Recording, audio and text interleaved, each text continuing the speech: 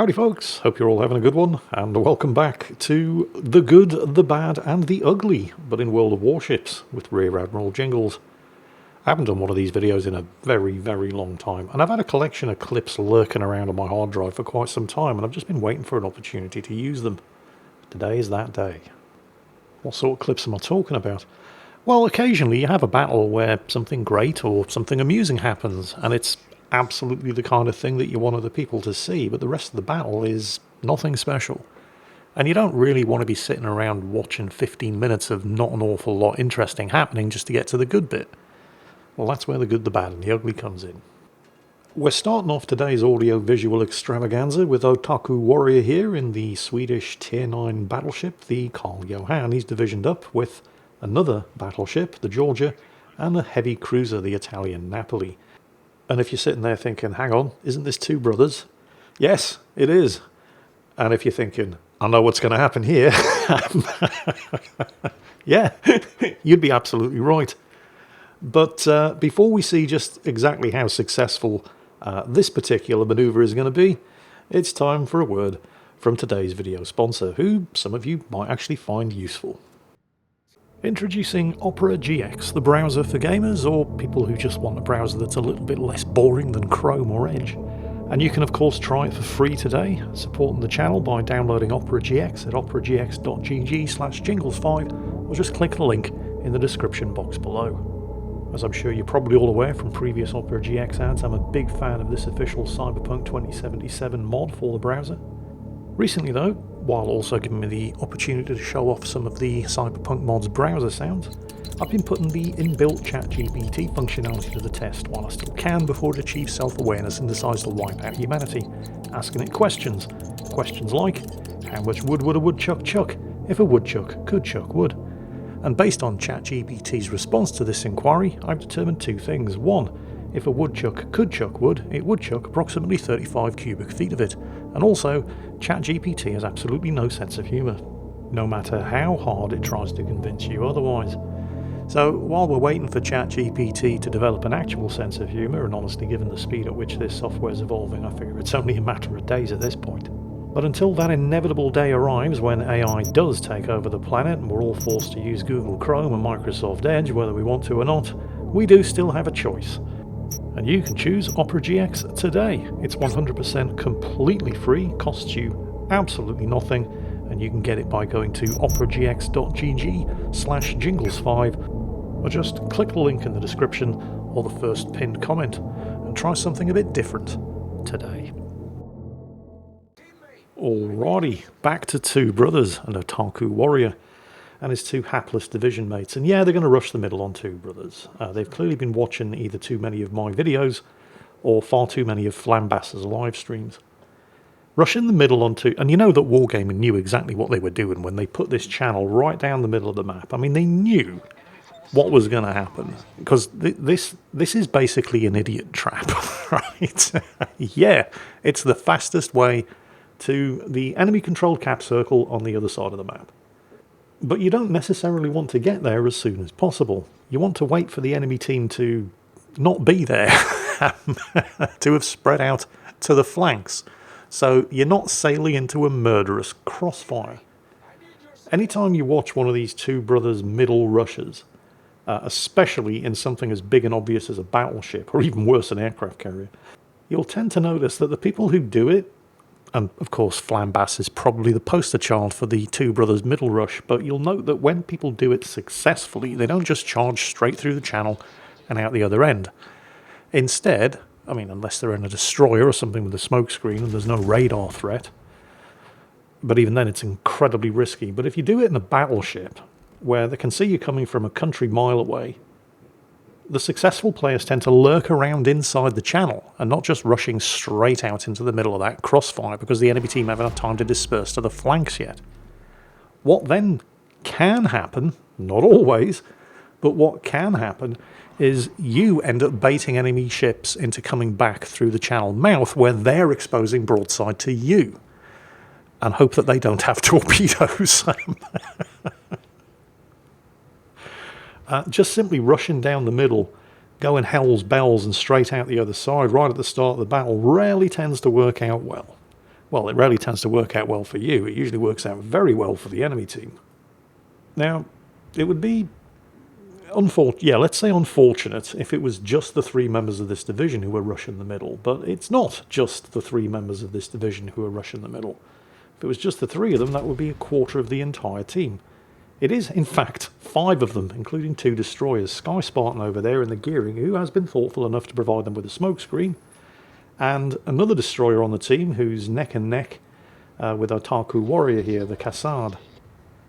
The problem with the smokescreen is that's fantastic if you're shielding a bunch of destroyers or light cruisers. It's not so good if you're shielding a bunch of battleships and heavy cruisers, because the smoke firing penalty exists. I keep talking about the smoke firing penalty in these videos, and I suppose some sort of explanation is due, because it's the kind of thing that, well, Italian heavy cruiser captains normally fall victim through, because they think that popping their high-speed smoke makes them invisible. Newsflash, it doesn't. Sitting inside a smokescreen is great, unless there are torpedoes, and there are lots of torpedoes, because the enemy team haven't had time to disperse yet. But the second you start firing your guns, you then become subject to the smoke firing penalty, and this basically says that the amount of concealment that you get from a smokescreen is inversely proportional to the caliber of the guns firing out of the smokescreen. So if you're in a destroyer, the smoke firing penalty basically means that usually you're safe as long as nobody's closer than 4 kilometers away from you. If you're in something like a heavy cruiser or a battleship, which these guys are, and if you've ever seen some footage filmed from above of an Iowa-class battleship unloading a broadside, and you've seen the shockwave that those guns going off creates, you can understand why that smoke doesn't stand a chance of concealing you from anything. And of course, in a high-tier battle like this, there's all kinds of radar and hydro that is effectively going to completely invalidate the smoke, even if you weren't in a battleship armed with 16-inch guns firing out of the smoke screen in the first place. The thing is, while this kind of tactic rarely works, it's not always 100% guaranteed to fail. I mean, Skyspartan in the gearing's already managed to get himself a kill on an enemy tier 10 battleship with his torpedoes. Because what tends to happen, well, what can happen, is that you really throw the cat amongst the pigeons as far as the enemy team's concerned. And if the guys rushing the middle can survive long enough, which is by no means guaranteed, since you're giving broadside to everybody as you come out of the channel at the southern end, or if you're on the other team, the northern end of the gap down the middle, you can tie up enough of the enemy team's resources as they kind of panic a little bit and rush to deal with you, that the rest of your team coming around the flanks basically have a free hand. If you can survive long enough. And it's not looking too good, is it? I mean, he's got a kill. Well, that's nice. But it's cost him half of his health. He's only just cleared the channel mouth, and I think, the Napoli's just run into a whole bunch of torpedoes. Ooh, that's gonna leave a mark. Everything's on cooldown now, of course. He's been suffering multiple fires. Yeah, he's dead. Is he gonna get the torpedoes away again? Maybe, maybe not. The main issue here, of course, is that the rest of the team have already suffered 2 casualties, and there he goes, a Mogami and an Elbing on the flanks. So they're not even winning control of the flanks, and they've just lost. Yep, there goes the Yu Yang, none of whom rushed down the middle. So this has basically all been for nothing.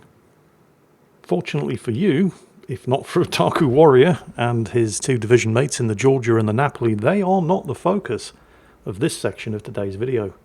Which is just as well, given the recriminations currently floating around in team chat, and to their credit, they know they screwed this up. And they're not trying to claim that they didn't. But the focus of today's video, and it's just unfortunate that Otaku Warrior didn't actually switch the focus of his camera over to Skyspartan in the gearing, who joined them in the middle rush, because Skyspartan, because he's still alive, has been loving every minute of this. And he's actually been quite successful. He's already got 1 kill, took out the enemy Mecklenburg tier 10 battleship with his torpedoes. And he's quite handy with those torpedoes. He's just managed to get another set away. Pay attention to the battle notifications above the minimap. as this Preußen, the sole surviving ship over here on the eastern flank, is getting absolutely smashed. Farmed from a smokescreen. Oh, is he going to get the enemy gearing? He nearly did. He's got one last chance for the secondaries to finish him. Well, he's at least safe from the torpedoes, but he's coming around. Yeah, and now the Austin's going to start farming his broadside. Yeah, there's no way the Preußen is surviving this. However, pay attention to Skyspartan over there on the far right side of the screen. He's just gotten a set of torpedoes away. And he sunk the Shimakaze and the Marceau. And then he gunned down the gearing and the Austin.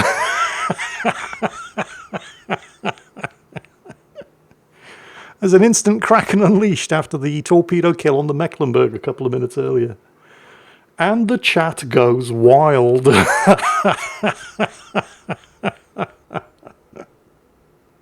Yeah, I meant to do that, he says. Yeah, right. He's as surprised as everybody else. That's 2 double strikes. Sadly, there's no quadruple strike award. Otherwise, he would have been the world's first recipient. That was epic. Sadly, things do rapidly go from bad to worse as the enemy team recover from their upset and clean up everything but Skyspartan and the other one surviving destroyer. But Skyspartan is not done. Somewhat ironically, the 2 surviving ships on the team, Skyspartan himself in the gearing and the Cassard up to the north, they were 2 of the 5 ships that actually rushed the middle at the beginning. And they're still alive, because they weren't in battleships or heavy cruisers.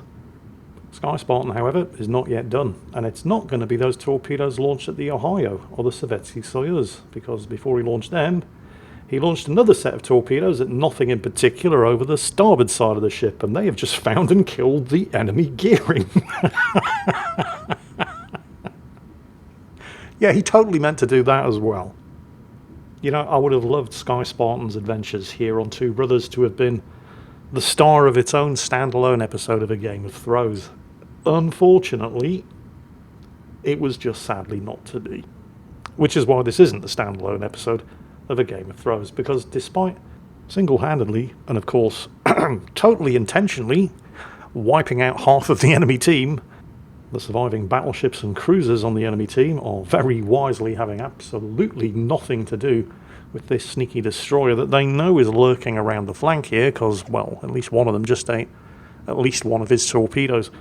So they're simply taking the caps and holding on to the point and taking the win, thank you very much.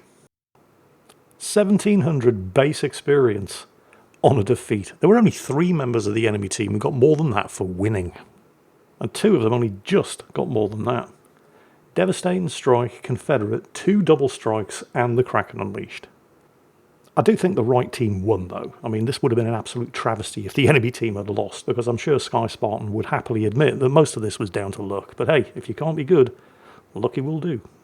For the concluding segment, today's The Good, the Bad and the Ugly video, we join Sit My Cheeks Harder in the Soviet Tier 8 battleship Lenin. Sit My Cheeks Harder wins 2 awards today. First, he gets the prize for having the funniest name of anybody in the World of Warships match I've seen this week. And also, what is that? That's the worst camo I've seen on any ship this year. I mean, what is it? What is that? Although I probably shouldn't. I mean, I'm being a bit hypocritical here because I'm a big fan of the Tokyo Game Show camo, which looks like this. This is one of the few camos I own that I didn't immediately sell for credits once the actual in-game combat bonuses associated with the camos was removed.